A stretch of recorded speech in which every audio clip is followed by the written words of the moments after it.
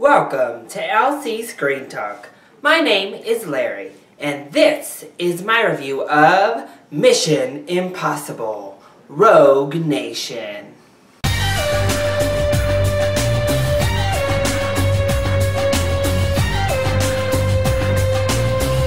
So I was super impressed with Mission Impossible 4. I thought it was really well done, really well shot, exciting, and fun. So this franchise had left me off on a high note, and I was optimistic for Rogue Nation. Thankfully, it did not disappoint, and this may be turning into our next Fast and Furious franchise, because the more this franchise goes along, the more it finds its footing again, and returns to that former glory we once loved. So let's just start it off with our main star, the guy who kind of makes or breaks the Mission Impossible franchise, and that is Tom Cruise. I love to make fun of Tom Cruise, tell him, hey, it's time to play somebody's dad. We've seen you in these action roles, we know you love them, but you're getting to that age that you should probably be holding a baby in your hands every time you're on film. But he still pulls it off extremely convincingly. He's wonderful in the role. I give him major props for doing so many of these stunts, and it pays off here. You can tell it's seamless to move from one scene to the next because he's doing most of his own stunts. Other than that, he still has the charm, he still has the physique, he still has the physicality to pull off the role and still captivate audiences right there on the screen. And the rest of his cast is also really strong.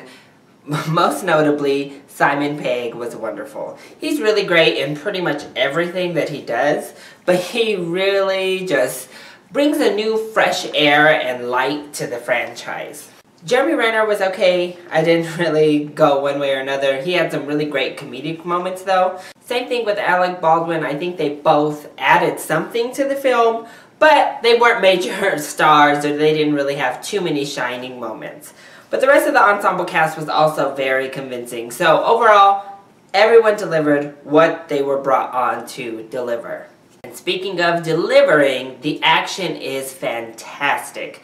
As a straight-up action movie point of view, this is definitely one of the better ones of 2015 thus far. Not quite on Mad Max Fury Road level, but it is really well shot, it's really exciting, suspenseful, it keeps you on the edge of your seat every time we enter one of these action scenes, which is almost the entire film. They do a great job of keeping you invested in the plight of these characters, invested in the action that's going on. And a big reason that the action scenes are so successful is that there's drama. You actually feel the danger. You actually are feeling the stakes. And it's that same old Mission Impossible tagline of you have to complete an impossible mission. And they do that 2 times here. And one of them is just breathtaking. Like, it really has your heart pounding and has you just screaming at the screen as it goes down. But there are several really, really strong action set pieces, and the entire film is a testament to a great throwback action movie. Plus, the CGI is still good, and the gadgets are even more awesome than ever. So that's always a big plus and a fun time to be had in these Mission Impossible films. And really, I'm just glad that they moved this to a July release, because this is a quintessential popcorn summer blockbuster. It's just a fun time. You're not asked to think too far into things, but you're not presented with utter nonsense either. So you're able to believe what it is you're watching to a certain extent, and just have fun with it and enjoy the movie-going experience. That's not to say the film doesn't have its problems, because it definitely does. First and foremost, it doesn't present anything new. It is very much in the line of the Mission Impossible franchise.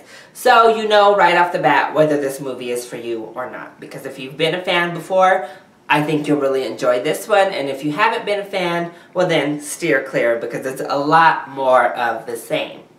Also, I think it tries to get a little bit too cute at points. It tries to be self-referential, and it tries to wink too much at itself, where some films pull that off really well. This one kind of falters every time it goes for that kind of cutesy comedy. But really, overall, like I said, it's just a fun action flick, and I definitely recommend going, seeing it on a big screen, having a great time this weekend in the movies. So, that has been my review of Mission Impossible Rogue Nation. I hope you enjoyed it. If you did, go ahead, click like down below, and subscribe to the channel so you are always up to date on our latest videos.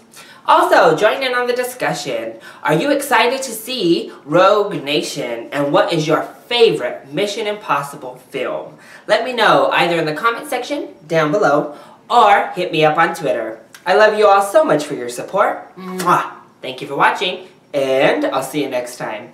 Bye!